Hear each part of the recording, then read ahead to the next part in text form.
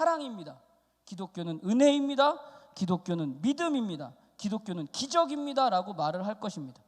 그러나 성경은 기독교에 대해서 가장 많은 표현을 한 것을 바로 이것으로 놓고 있습니다. 은혜와 평강이다. 신약 성경은요, 마태복음, 마가복음, 누가복음, 요한복음으로 구성된 사복음서가 있습니다. 사도행전이 있고요. 그리고 예언서인 요한계시록이 있습니다. 그리고 나머지는 서신서로 기록되어 있습니다. 그중 신약 성경의 가장 많은 부분을 차지하고 있는 이 서신서는 총 21권입니다. 그 21권의 도입부 전체에는 꼭 도입에 이 말이 있습니다. 우리가 오늘 함께 읽은 본문의 말씀과 같습니다. 19절과 21절에 기록하고 있는 바로 이 말씀입니다. 은혜와 평강이 너희에게 있을지어다. 성경에 나타난 어떤 내용들보다, 어떤 기록보다 오늘 함께 나눈 이 말씀이 우리에게는, 저에게는 가장 은혜롭고 귀한 말씀이 되어야 합니다. 오늘 본문 말씀의 배경은 이러합니다. 여러분도 다 아실 거예요. 예수님의 제자들은 예수님이 죽으시고 난 이후에 뿔뿔이 흩어져서 다 도망갔습니다. 한번 기록된 말씀들을 볼까요? 누가복음 24장 13절입니다. 이렇게 기록하고 있습니다. 그날에 그들 중 둘이 예루살렘에서 25리 되는 엠마오라는 말로 가면서 라고 기록되어 있습니다. 그들 중 2명은 엠마오로 향해서 갔습니다. 요한복음 26장 73절에서 75절에 기록된 말씀을 한번 보겠습니다. 조금 후에 곁에 있던 사람들이 나와 베드로에게 이르되 너도 진실로 그 도당이라. 내 말소리가 너를 표명한다 하거늘 그가 저주하여 맹세하여 이르되 나는 그 사람을 알지 못하노라 하니 곧 닭이 울더라. 이에 베드로가 예수님의 말씀에 닭 울기 전에 내가 3번 나를 부인하리라 하심이 생각나서 밖에 나가서 심히 통곡하더라. 베드로는 예수님을 3번이나 부인하고 마지막에는 예수님을 저주하면서까지 부인했습니다. 그 중에 한 명은 또 어떠합니까? 예수님을 팔았습니다. 그 마음에 찔려서 돈을 집어 던지고 목매달아 죽었습니다. 마태복음 27장 3절에서 5절의 말씀이 그 사실을 기록되고 있습니다.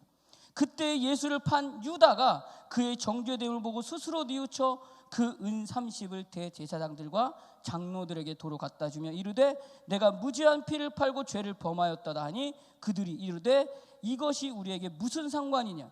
내가 당하라 하거늘 유다가 은을 성소에 던져놓고 물러가서 스스로 목매어 죽은지라. 오늘 본문은 이러한 상황의 흐름 속에서 예수님이 나타나셨습니다. 나타나셔서 그가 처음 그들에게, 제자들에게 하신 첫 마디입니다. 너희에게 평강이 있을지어다. 사랑하는 중목교회 청년부 여러분, 여러분 한 주간의 삶이 어떠했습니까? 화가 막 나고 억울하고 분하고 이런 상황들이 혹시 넘쳐나셨습니까? 오늘 본문과 같은 말씀이 여러분의 상황과 같은 상황이라면 어떠하시겠습니까? 나의 희생으로 인해서, 나의 헌신을 그렇게 다했는데, 내가 그렇게 수고했는데 내 섬김을 받던 내 주변의 셀원이나 친구나 사람들이나 심지어 가족까지도 오늘 본문 말씀의 제자들처럼 당장에 내가 어려워지니까, 당장에 내가 도움을 받지 못하는 상황이 되었으니까, 이제는 그 힘은 필요 없어졌다고 생각됐으니까 배신하고 배반하고 이간질하고 떠나가고 멀리하고 모른 척하고 있다면, 내가 그 상황 안에 지금 몰리고 있다면, 또 그 상황 안에서 화가 나고 분해어 있다면 여러분들은 어떻게 반응하시겠습니까? 그리고 그들 앞에, 그 사람들 앞에, 그 가족들 앞에 오늘 같은 상황에서 만났을 때 여러분들은 무엇이라고 말하겠습니까? 이 말씀을 준비하면서 저를 돌아봤습니다. 만약 나라면 어떻게 했을까? 성격대로 나왔겠죠? 저는 이랬을 것 같았어요. 거 봐, 다 알아봤어. 너 그럴 줄 알았어. 네가 그렇지 뭐. 네가 그러고도 사람이냐? 친구냐? 가족이야? 어휴, 너 같은 것들은 다시는 안 봐. 꺼져! 이랬을 거예요. 저라면 그랬을 거예요. 혹시 이 말이 저만 할 수 있는 말이었을까요? 혹시 여러분들은 안 그렇습니까? 그러나 오늘 본문에서 예수님은 저처럼 하지 않았어요. 그 모든 것을 다 하셨습니다. 그 아셨음에도 불구하고 예수님은 그렇게 하지 않으셨어요. 21절의 말씀입니다. 너희에게 평강이 있을지어다. 저는 사역을 하면서 매번 제 자신을 굉장히 힘들게 하는 아주 못된 습관이 있어요. 그 힘든 시간은 다름이 아니고요, 이런 거예요. 지금 내가 가지고 있는 실력이 너무 부족한 것 같은 거, 또 모자란 것 같은 거, 그래서 실감하고 있는 데서 오는 어려움, 정말 사랑하는 마음으로 그 귀한 하나님의 사람들을 한 사람 한 사람 만날 때마다 그 마음을 전하는 일이 중요한데 늘 부족하다고 느끼는 것. 실력도 부족하고 하나님의 말씀도 많이 부족하고 그 하나님의 그 깊은 은혜를 전하고 나눈 데 있어서 참 감당할 자신이 없는 것에 대해서, 또 그것 때문에 어려움이 생기고 부담이 들고 참 힘든 시간들이 가끔 있어요. 근데 오늘 말씀을 보면서 제가 이렇게 생각해 봤어요. 나보다 나를 더 잘 아시는 하나님, 그 하나님이 내게 오신 오늘 내게 해주시는 말씀, 성우야, 오늘 너에게 은혜와 평강이 있을 것이야 라고 하시는 그 말씀이, 그 부족함이 교만이라는 것, 내가 이 부족한 것을 힘들어하고 어려워하고 있는 게 교만이라는 것을 알게 하는 시간이 되었어요. 너희에게 평강이 있을지어다라는 말씀이 위로가 되었어요. 여러분들도 이 하나님의 음성을 들으면서 힘을 얻는 시간이 되었으면 참 좋겠습니다. 오늘 하나님은 어떤 분이신지, 하나님이 나를 향해서 어떤 마음을 갖고 계신지 놓치지 않는 시간이 되어야 할 것입니다. 왜냐하면 우리의 신앙의 성숙은 하나님이 어떤 분인지, 나를 향한 하나님의 뜻이 무엇인지를 알아가는 시간을 통해서 성장을 할 수 있지만, 그것이 무엇인지 놓치기 시작하면 우리의 신앙은 그 흔들림으로 인해서 우리 삶 전체가 흔들리게 됩니다. 하나님에 대한 오해가 생기게 됩니다. 그로 인해서 그리스도인에 대한 삶이 어려움을 겪게 됩니다. 그 오해는 이렇게 결론이 지어집니다. 우리 모두가 간절히 기도하는 것부터 시작됩니다. 바로 이럴 거예요. 학교에서 좋은 성적을 내는 것, 내가 원하는 직장에 취직하는 것, 진짜 괜찮은 사람, 송중기, 진구, 송혜교, 나는 개인적으로 설현, 이 사람들이 나와 교제하는 거, 내 앞에 딱 나타나서 나랑 사귈래? 이러면 내가 고백하는 것도 아니고 그들이 나에게 와서, 송중기가 우리 솔지한테 와갖고 나랑 사귈래? 그럼 할렐루야 아니야. 이게 지금 이게 우리의 늘 꿈이고 소원 아닙니까? 이것에 대해서 우리는 간절히 늘 원합니다. 특별히 이런 상황에서 결혼을 하게 되는 것, 그 외에 정말 바라고 가지고 싶은 것들을 내가 가질 수 있는 것이 아닐까 합니다. 물론 다 다를 수 있습니다. 우리에겐 누구나 간절히 바라고 기도하는 것이 그럼에도 불구하고 있습니다. 꼭 되고 싶은 거. 그러나 그 바라는 것이 이루어지는 것은 하나님의 응답이라고 말할 수 있습니다. 그러나 내가 바라는 것이 이루어지지 않을 때 이것도 하나님의 응답입니다라고 말할 수 있고 고백할 수 있겠습니까?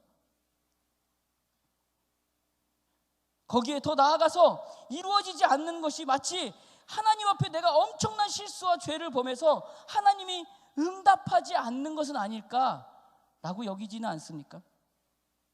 더 나아가서 하나님의 존재까지도 부정하거나 원망하고 있지는 않으십니까? 내가 성적이 나쁜 것이, 취업을 못하고 있는 것이, 결혼을 못하고 있는 것이, 내가 원하는 것을 이루지 못하고 있는 것이 마치 하나님을 향한 나의 부족함과 잘못됨과 불순종 때문이라고 여기고 있지는 않으십니까? 혹시 그렇게 생각하고 계십니까? 이것을 놓고 하나님께 묻고 또 기도하고 있지는 않으십니까? 이런 상황에 놓여 있을 때 여러분들은 혹시 이렇게 기도하고 있지는 않습니까? 하나님, 무엇을 잘못했는지 말씀만 하신다면 제가 그것을 회개하고 하나님이 원하시는 것을 다 이루어 드리겠습니다. 그러므로 내가 원하는 것을 빨리 이루어 주십시오. 아멘. 이러고 기도하고 여러분들 있지는 않으십니까? 우리가 바라보고 있는 것은 늘 하나님이 어떤 분인가에 대한 목표는 없습니다. 관심도 없습니다. 우리의 목표와 관심은 늘 한결같습니다. 우리가 요구하고 있는 것을 얻기 위해서, 우리가 바라보고 있는 것을 그저 내가 원하는 것을 들어주기에만 필요한, 정말 하나님이 아니라 내 필요만 채워줄 수 있는 신을 원하고 있지는 않으십니까? 그렇기 때문에 그 신에게 나는 무엇을 갖다 바쳐야 되고 무슨 정성을 더 들여야 되고 더 희생해야 되는 것으로 여기고 있지는 않으십니까? 사랑하는 중문교회 청년부 여러분, 만약 아직까지도 우리의 마음이 여전히 여기에 머물러서, 여전히 우리의 입술에서, 우리의 마음에서, 우리의 삶에서 이런 기도와 이런 행동과 이런 삶이 여전히 지속되고 있다면 여러분들은 오늘부터 당장 그리스도인에 대한 삶에 대한 점검과 분별이 정말 신속히 필요합니다. 여기에는 신앙의 연수 중요하지 않습니다. 여기에는 경험도 중요하지 않습니다. 자리도 중요하지 않습니다. 스펙도 중요하지 않습니다. 위치도 중요하지 않아요. 내가 어디에 있든지 무엇을 하든지 어떻게 살고 있든지 다 중요하지 않습니다. 꼭 점검하고 분별해 보시기 바랍니다. 성경에서 말하고 있는 하나님이 우리에게 요구하고 계신 것은 평강이며 사랑이며 복입니다. 그렇기 때문에 우리의 모든 기도와 간구와 삶에 대한 방향과 마음의 목표는 이것이 되어야 됩니다. 평강의 삶, 사랑의 삶, 하나님이 기뻐하는 삶, 복의 삶이 되어야 합니다. 그러나 세상의 대부분의 사람들이 바라보는 신의 의미는 바로 이렇게 여겨지고 있습니다. 불공평합니다. 편협합니다. 성질이 급합니다. 어쩌면 불성실한 분으로 바라보고 있을지도 모릅니다. 그렇기 때문에 그 신에 대한 공평과 성실을 드러내기 위해서 사람들의 어떠한 노력이 있어야 합니다. 정성이 있어야 됩니다. 희생이 있어야 한다고 생각하고 있습니다.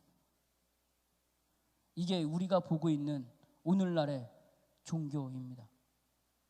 그 대표적인 신에 대한 그림이 우리가 너무나도 잘 알고 있는 그리스 신화입니다. 그리스 신화에 나오는 신들은 인간이 가지고 있는 모든 면을 가지고 있습니다. 그보다 더 심하게 치사합니다. 때로는 부도덕합니다. 부정적인 면을 다 드러내고 보게 됩니다. 단 그들이 사람보다 더 나은 것은 더 센 힘을 가지고 있다는 것입니다. 그래서 사람들은 그 힘을 달래고 이용하기 위해서 제사를 지내기 시작합니다.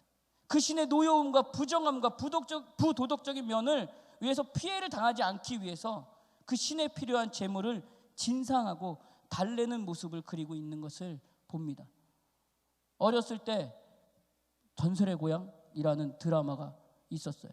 여러분들은 아실란가 모르겠지만 이불을 뒤집어 쓰고 봤던 기억이 있어요. 거기에 보면 커다란 용이 나오는데 그 용에게 그 젊은 어린 여자를 바쳐야만 그 해에 풍년이 온다고 믿는 사람들이 그것을 바치는 장면을 보게 됩니다. 이게 우리 사람들의 모습입니다. 혹시 여러분들은 이 범주 안에 있지는 않으십니까?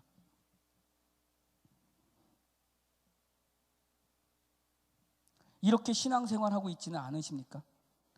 하나님을 그리스 신화에 나오는 신처럼 생각해서 무서워하고 두려워하고 항상 어떤 일이 닥칠 때마다 어이쿠 내가 하나님 앞에 또 무슨 일을 저질렀는지, 그래서 하나님이 노하신 건 아닌지, 왜 하나님은 나한테 이런 어려움만 주시지는 않으신지 이렇게 생각하고 있지는 않으십니까? 이럴 때마다 여러분들은 늘 아이고 하나님 맙소사 라고 외치며 또 하루를 보내고 있지는 않으십니까? 우리가 얼마나 우리 멋대로 하나님을 평가하고 하나님을 오해하며 가볍게 여기고 있는지 우리는 다시 한번 내가 지금 하고 있는 기도, 내가 지금 말하고 있는 입술의 고백, 내 마음에서 나오는 하나님을 향한 마음의 고백을 점검해 보아야 합니다. 내가 지금 무슨 간구를 하고 있는지, 내가 지금 무슨 기도를 하고 있는지, 단지 입술로만 말하고 있는 것은 아닌지, 더 깊은 곳에서 떠들고 있는 내 마음의 기도는 무엇인지 점검해 보아야 합니다. 하나님은 절대 그리스 신화에서나 보는 그런 분이 아닙니다. 하나님은 절대 우리 한 사람 한 사람을 놓고 장난하거나 모욕을 주는 그런 분이 아닙니다. 오래전 영화를 보니까요, 이런 영화가 있습니다. 포세이돈 어드벤처라는 영화가 있었습니다. 거기에 이런 장면이 나와요. 잘 기억은 나는데 그 주인공이 이런 대사를 하게 됩니다. 영어로 돼 있었는데 밑에 자막에는 이렇게 나왔어요. 하나님 도와주지 않아도 좋습니다. 다만 방해만 하지 말아 주십시오. 또 지나가다가 우연히 본 책이 우리가 하나님에 대해서 얼마나 오해와 편견을 가질 수 있게 하는지 책 제목만 보아도 알 수 있는 책이 있습니다. 그 책의 제목은 이러합니다. 신은 인간의 땅에서 떠나라. 우리는 하나님에 대해서 더 깊이 알려고 하지 않습니다. 더 알려고 하는 일에 어쩌면 게으를지 모릅니다. 거기에 별 볼 일도 없는 우리의 작고 얄팍한 지식으로 하나님을 재단하고 평가하고 판단하고 있습니다. 사랑하는 중문교회 청년부 모두에게 제가 한번 묻겠습니다. 우리가 믿고 있는 하나님, 내가 그저 알고 있는 지식으로, 상식으로, 아니 사람들이 알고 있는 최고의 지식으로, 능력으로 재단하고 평가되고 분석되고 기록되고 증명되는 분이라면 그분이 진정 하나님입니까? 고작 별 볼 일 없는 이 땅에 하나의 피조물에 불과한 사람들에게 분석당하는 분이라면 그분이 하나님입니까? 우리는 하나님을 그렇게 만들어버리지는 않으셨습니까? 오늘 본문은 제자들조차도 하나님을 그렇게 만들어버렸습니다. 그저 자기의 욕심과 이기심과 탐욕과 탐심에 만족되면 기쁘고 만족하고 행복하고 힘이 되는 하나님으로 만들어버렸다는 말입니다. 우리는 하나님을 어떻게 알아가고 있습니까? 여전히 내 만족을 채우시는 분으로만 여기고 있지는 않으십니까? 내 만족을 채우지 않을 때는 배반하고 버리고 배신하고 저주하고 멀리하고 있지는 않으십니까? 하나님은 오늘 본문의 제자들의 모습과 우리들의 모습과 삶의 이러함을 다 아심에도 불구하고 먼저 우리들 한 사람 한 사람에게 다가오셨습니다. 우리라면 다시는 그 자식들 안 볼 거야 할지 모르지만 예수님은 먼저 우리에게 다가오십니다. 그 상처난 못자국과 구멍난 창자국을 그대로 보이시면서 우리에게 다가오십니다. 오늘 이 본문의 말씀을 절대 여러분들은 가볍게 여겨서는 안 됩니다. 특히 우리들에게 다가와서 말씀하시는 그 첫 음성을 우리는 놓쳐서는 안 됩니다. 너희에게 평강이 있을지어다. 그래서 성경 속의 서신서를 어디를 보아도 첫인사는 이것으로 시작합니다. 몇 개의 성경만 볼까요? 골로새서 1장 2절입니다. 이렇게 말하고 있죠. 골로새에 있는 성도들 곧 그리스도 안에 신실한 형제들에게 편지하노니 우리 아버지 하나님으로부터 은혜와 평강이 너희에게 있을지어다. 고린도전서를 한번 볼까요? 1장 3절입니다. 하나님 우리 아버지와 주 예수 그리스도로부터 은혜와 평강이 있기를 원하노라. 갈라디아서도 볼까요? 1장 3절입니다. 우리 하나님 아버지와 주 예수 그리스도로부터 은혜와 평강이 있기를 원하노라. 하나님은 하나님의 사람 모두에게 은혜와 평강으로 복 주시기를 원하시는 분이십니다. 아무리 못난 우리지만 저울질하고 정직하지 못하고 음란하고 탐심으로 가득 차 있고 탐욕으로 인해서 다른 사람에게 어려움을 주고 있는 그런 사람일지도 모르지만 나의 욕심을 채우기 위해서 상대방을 미워하고 이간질하고 질투하고 피해를 주고 있는 그런 사람일지도 모르지만 오직 나밖에 모르는 그런 사람이 나이지만 하나님은 그런 우리조차 나에게 은혜와 평강의 복을 주시기를 원하십니다. 구약에도 그 말씀은 동일합니다. 민수기서를 보겠습니다. 6장 22절에서 26절의 말씀입니다. 이렇게 기록되어 있습니다. 여호와께서 모세에게 말씀하여 이르되 아론과 그의 아들들에게 말하여 이르기를 너희는 이스라엘 자손을 위하여 이렇게 축복하여 이르되 여호와는 내게 복을 주시고 너를 지키시기를 원하며 여호와는 그의 얼굴을 내게 비추사 은혜 베푸시기를 원하며 여호와는 그 얼굴을 내게로 향하여 드사 평강 주시기를 원하노라 할지니라 하라. 복 주시기를 원하시는 분, 평강 주시기를 원하시는 분이 바로 하나님이십니다. 이것을 성경 전체의 신구약에서 하나님은 나와 우리에게 약속하셨습니다. 이게 하나님의 자녀에게 누려지는 최고의 복입니다. 예수 그리스도의 십자가의 그 사랑의 힘으로 우리는 구원함을 얻었습니다. 종의 신분에서 자녀의 신분이 되었습니다. 자녀된 우리에게 하나님은 이렇게 말씀하십니다. 마태복음 7장 9절에서 11절입니다. 너희 중에 누가 아들이 떡을 달라 하는데 돌을 주며 생선을 달라 하는데 뱀을 줄 사람이 있겠느냐? 너희가 악할지라도 좋은 것으로 자식에게 줄 알거든 하물며 하늘에 계신 너희 아버지께서 구하는 자에게 좋은 것으로 주시지 않겠느냐? 이것이 우리를 향한 진정한 하나님의 마음입니다. 하나님은 우리를 절대 시험하지 않으십니다. 여기에서 시험이란 이렇게 정의될 수 있습니다. 어떤 기준에 미달이면 버리는 것, 그 기준 이상이면 합격되는 것. 하나님은 우리를 통해서 이런 시험을 보시지 않는다는 말입니다. 하나님은 우리를 가지고 저울질하고 부정적으로 부도덕적으로 우리를 대하지 않습니다. 하나님은 우리를 오직 정직과 거룩으로 우리와 함께 하십니다. 야고보서의 말씀을 한번 보겠습니다. 여러분들 이 말씀이 정말 힘이 되기를 바라요. 1장 13절에서 16절의 말씀입니다. 사람이 시험을 받을 때 내가 하나님께 시험을 받는다 하지 말지니 하나님은 악에게 시험을 받지도 아니하시고 친히 아무도 시험하지 아니하시느니라. 오직 각 사람이 시험을 받는 것은 자기 욕심에 끌려 미혹됨이니 욕심이 잉태한 즉 죄를 낳고 죄가 장성한 즉 사망을 낳느니라. 이 사랑하는 형제들아 속지 말라.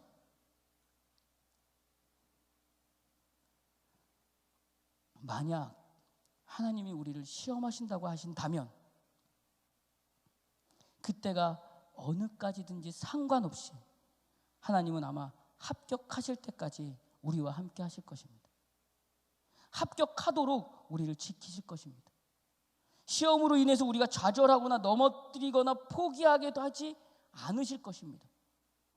은혜와 평강의 복을 주시기를 원하시는 하나님의 사랑은 우리 피조물의 생각과 지식으로는 절대 측량할 수 없습니다. 판단할 수 없는 사랑이라는 것을 우리는 알아야 합니다. 그 사랑으로 우리를 죄와 사망의 법에서 구원하셨습니다. 은혜와 평강의 복을 주시기 위하여 하나님이 우리에게 다가오신 것입니다. 못자국 난 손과 발과 창자국 난 허리의 상처를 직접 보이시면서 그의 아들 예수 그리스도를 직접 보내어서 우리에게 다가오셨습니다. 그렇기 때문에 하나님의 자녀된 우리는 더 이상 하나님을 무서워하고 두려워하기보다는 죄를 무서워해야 합니다. 로마서의 말씀입니다. 이렇게 말씀합니다. 로마서 8장 15절에서 17절입니다. 너희는 다시 무서워하는 종의 영을 받지 아니하고 양자의 영을 받았으므로 우리가 아빠 아버지라 부르짖느니라. 성령이 친히 우리의 영과 더불어 우리의 하나님의 자녀인 것을 증언하시나니 자녀이면 또한 상속자 곧 하나님의 상속자요 그리스도와 함께한 상속자니 우리가 그와 함께 영광을 받기 위하여 고난도 함께 받아야 할 것이니라. 여러분에게 주시는 엄청난 복입니다. 요한일서 4장 18절에서 21절입니다. 사랑 안에 두려움이 없고 온전한 사랑이 두려움을 내쫓나니 두려움에는 형벌이 있음이라. 두려워하는 자는 사랑 안에서 온전히 이루지 못하였느니라. 우리가 사랑하면 그가 먼저 우리를 사랑하셨음이니라. 누구든지 하나님을 사랑하노라 하고 그 형제를 미워하면 이는 거짓말하는 자니 보는 바 그 형제를 사랑하지 아니하는 자는 보지 못하는 바 하나님을 사랑할 수 없느니라. 우리가 이 계명을 주께 받았나니 하나님을 사랑하는 자는 또한 그 형제를 사랑할지니라. 여러분의 삶은 어떠합니까? 이제 말씀을 정리해 볼까 합니다. 2000년 전에 제자의 모습과 오늘 여러분의 모습은 어떠합니까? 하루 종일 세론들에게 연락을 합니다. 카톡을 보냅니다. 일자가 없어집니다. 근데 답장은 없습니다. 일주일 내내 했어요. 없어요. 주일날도 안 와요. 속상합니다. 그러면 그쳐야 할까요? 이 자식 내 연락 안 받네. 에이씨, 이 자식도 안 받네. 내가 뭐하러 연락하나. 대화를 합니다. 나는 하나님의 사랑을 가지고 정말 그 친구가 교회에 나오는 간절한 마음을 가지고 첫날 만났습니다. 말이 잘 안 통합니다. 둘째 날 만났습니다. 말이 잘 안 통해요. 저 말 안 통하는 친구하고는 더 이상 말하기가 싫어. 말 안 해야지. 왜? 내 입도 아프고 내 시간도 낭비고 문자 하나 보낼 때보다 생각을 많이 해서 보냈는데 반응은 없고. 여러분, 하나님은 여러분에게 그렇게 다가오지 않으셨습니다. 끊임없이 내가 배신을 하던, 내가 하나님을 무시하던, 내가 하나님을 원망하던, 내가 하나님을 멀리하던 늘 그 자리에서 여러분들을 부르고 계십니다. 내가 어떻게 반응하던 아바 아버지인 하나님은 여러분들에게 같은 모습, 같은 자리, 같은 생각, 같은 약속으로 여러분에게 은혜와 평강으로 함께하고 계십니다. 우리 모두는 하나님 아버지께 평강과 사랑을 받은 정말 위대한 하나님의 사람들입니다. 그럼에도 불구하고 하나님의 자녀된 신분으로 우리는 여전히 바뀌지 않아요. 더 악하고요, 더 음란하고요, 더 탐심으로 가득 차 있고요, 나만의 이익과 만족 때문에 저울질하고 그렇게 세상에서 살고 있어요. 근데 더 중요한 건 이 세상은 정말 바뀌지 않는다는 거예요. 이 세상이 더 악해지고 더 음란해지고 더 탐욕으로, 더 탐심으로 더 깊이 들어간다는 사실이에요. 근데 중요한 건 하나님은 우리에게 이 땅으로 여러분 한 사람 한 사람을 이 바뀌지 않는 세상 가운데 보내셨다는 거예요. 이 악한 세상에서 살아야 되는 것이 여러분의 사명이에요. 무엇으로요? 그리스도인으로. 은혜와 평강을 받은 자로 살아내야 하는 사람들이 여러분 한 사람 한 사람이에요. 예수님은 우리에게 은혜와 평강으로 복을 주시면서 우리를 바뀌지 않는 세상 속으로 보내셨습니다. 이제 어떻게 사시겠습니까? 여전히 바뀌지 않는 세상 속에서 불평하고 불만하고 저울질하고 같은 하늘 아래에서 같은 마음으로 탐심을 여과 없이 드러내고 보이고 자기 편한 것만 찾고 자기 욕심만 채우고 만족하면서 사시겠습니까? 만약 오늘 본문의 말씀과 반대로 예수님도 우리와 같이 우리에게 우리처럼 하고 있다면 우리는 오늘 이후 어떻게 될까요? 사랑하는 중목교회 청년부 모두 하나님의 자녀로 바뀌지 않는 세상 속에서 살아야 합니다. 더 정확하게 말하면 살아내야 합니다. 하나님의 자녀는 세상의 모습과는 다른 특별한 자녀입니다. 세상의 불평과 불만과 욕심과 탐심과 음란과 온갖 더러운 것과 추함과 거짓을 보이고 드러내고 있는 세상 속에서 예수님이 우리에게 다가오신 것처럼 우리도 은혜와 평강으로 다가가야 합니다. 그것을 드러내야 합니다. 언제까지요? 오늘만 하고 마는 것이 아닙니다. 예수님이 오시는 그날까지입니다. 예수님이 오시는 그날까지. 그 이유는 우리를 죄와 사망의 권세에서 비참하게 십자가에 달려 죽을 수밖에 없는 나를 대신해서 예수 그리스도가 나의 죄를 모두 대신 지시고 비참하게 먼저 죽으셨고 예수 그리스도의 틀로 새 사람을 삼아서 우리를 평화의 도구로, 평강의 도구로, 사랑의 메신저로 세상에 보내셨기 때문입니다. 여러분들이 바로 세상의 사랑의 메신저입니다. 오늘 이후 여러분 주변에 있는 친구들, 세론들, 가족들에게 여러분들은 어떻게 다가가시겠습니까? 내가 드러내고 있는 마음, 내가 보이고 있는 호흡, 내가 은연중에 있는 말 한마디가 그들을 변화시킬 수 있습니다. 그들에게 복음을 전할 수 있습니다. 여러분에게 과감하게 권면하겠습니다. 오늘 이후로 그런 삶을 사는 은혜와 평강의 삶으로 세상 가운데 드러나기를 주님의 이름으로 간절히 소원하겠습니다. 건반만 좀 쳐주세요.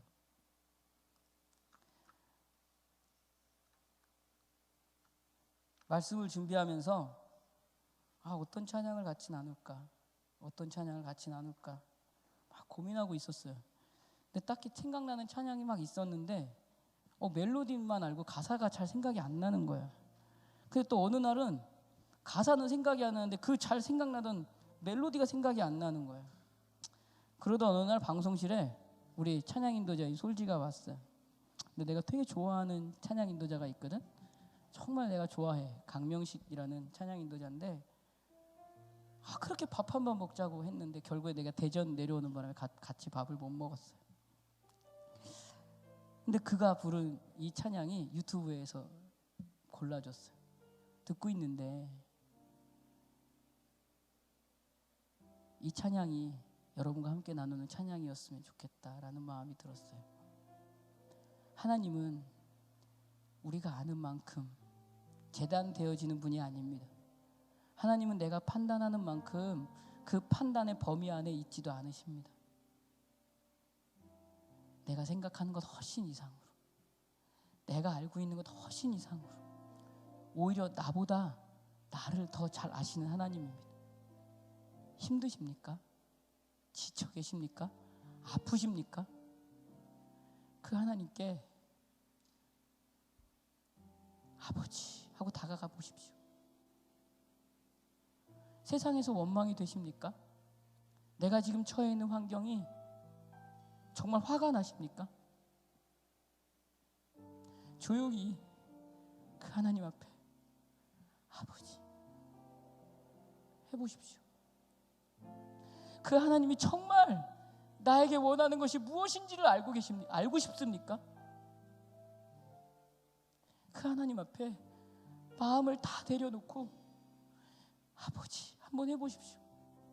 우리에게 그런 시간이 있습니까? 회사 때문에 바쁘고 연애하느라 바쁘고 늘 분주하고 바빠요. 근데 하루에 단 한 번이라도 내가 아버지라고 다가갈 수 있는 그런 시간이 여러분에게 있습니까? 우리 찬양 부르면서요, 그 하나님의 이름을 한번 불러봤으면 좋겠어요. 그리고 솔직하게 얘기했으면 좋겠어요. 하나님, 나 정말 힘들어요. 하나님, 나 정말 하나님이 필요해요. 멀리 계시는 하나님이 아니라 내 안에서 내게 말씀하시는 그 하나님이 필요해요. 내 안에서 내가 하나님의 음성을 듣기를 원하고, 내 귀로 하나님의 말씀하시는 그 말씀대로 살기를 원하고, 내 호흡이, 내 걸음이 하나님의 그 음성 안에 살기를 원해요. 근데 여전히 내 생각은 하나님 밖에 있기를 좋아해요. 여전히 내 삶은 하나님 밖에 있어요. 나 어떻게 하면 좋아요? 라고 한번 붙잡아 보세요. 우리 찬양팀이 찬양할 때 마음껏 한번 기도해 보세요.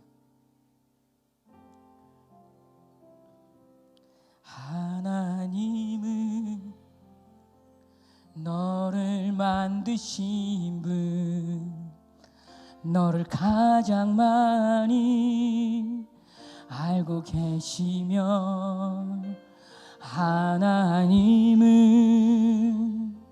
너를 만드신 분, 너를 가장 깊이 이해하신단다. 한 번 더 찬양할까요? 하나님은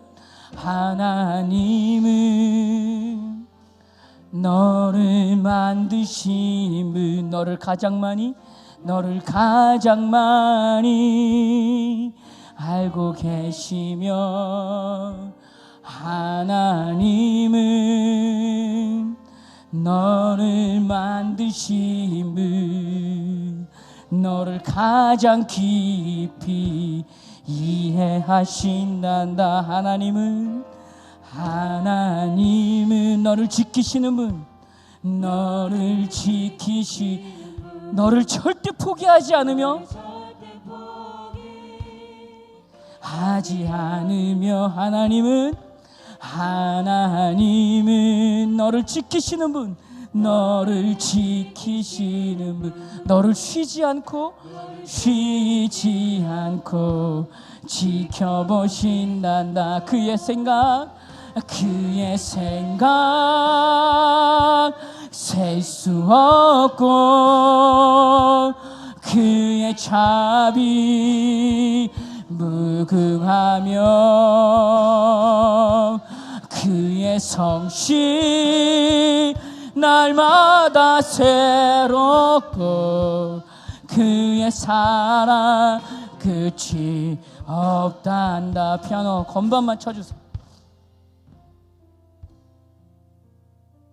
하나님은 은혜와 평강 주시기를 원하십니다. 은혜와 평강. 그 은혜는요, 내가 하나님의 자녀된 기쁨을 회복하는 겁니다. 그 은혜는 내가 하나님의 자녀입니다라고 부르짖어 고백하는 것이 은혜입니다. 이거보다 더 큰 은혜는 없어요. 우리의 욕심이 그 큰 은혜를 맡고 있지는 않는지 고민해 봐야 됩니다. 평강은요, 그것이 여러분의 입술로, 찬양으로, 예배 가운데서 고백되는 것입니다. 이미 여러분 마음 가운데 하나님이 주셨어요. 여러분의 삶 가운데 허락해 주셨어요. 다만 내 욕심이, 내가 갖고 있는 하나님을 생각하고 하나님을 재단하려는 내 교만함이 그 하나님의 범위를 좁히고 있는 건 아닌지 여러분도 분별해야 합니다. 한 번 더 찬양하겠습니다. 한번 하나님은 나를 이라는 넣어서 한번 찬양해 볼게요. 그 찬양을 하면서 한번 기도해 봤으면 좋겠어요. 내가 혹시 하나님을 재단하고 있진 않은지, 내가 하나님을 내가 갖고 있는 그냥 지식, 경험으로 세상 사람들이 말하는 그런 말로 틀을 만들어 놓고 평가하고 있진 않은지, 혹시 만약에 그렇게 하고 있다면 좀 내려놨으면 좋겠어요. 그 이상의 하나님을 만나보는 여러분들이 되기를 주님의 이름으로 소원합니다. 찬양해 볼까요? 하나님은 나를 원하시는 분, 나를 원하시는 분, 세상 가장 좋아하니 알고 계시며. 하나님은 나를 만드신 분,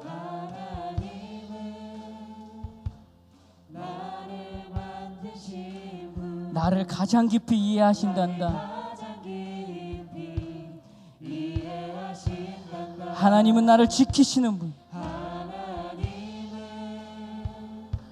나를 지키시는 분, 나를 절대 포기하지 않으며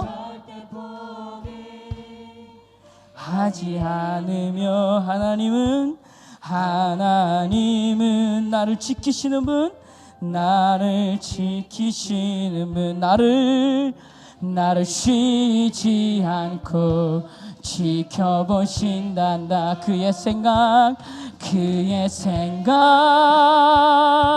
셀 수 없고, 그의 자비 무궁하며, 그의 성실 날마다 새롭고, 그의 사랑 끝이 없. 그의 생각 이 시간 함께 기도하기를 원합니다. 하나님이여 나를 붙잡아 달라고. 나에게 은혜와 평강을 이미 주신 그 하나님에게 내가 그 은혜와 평강을 드러내는 삶을 허락해 달라고. 내가 처해 있는 환경과 상황과 시간이 어떠하든지 내가 오직 하나님께 나아가게 달라고 기도하기를 원합니다. 우리 주여 한 번 부르 기도하겠습니다. 주여!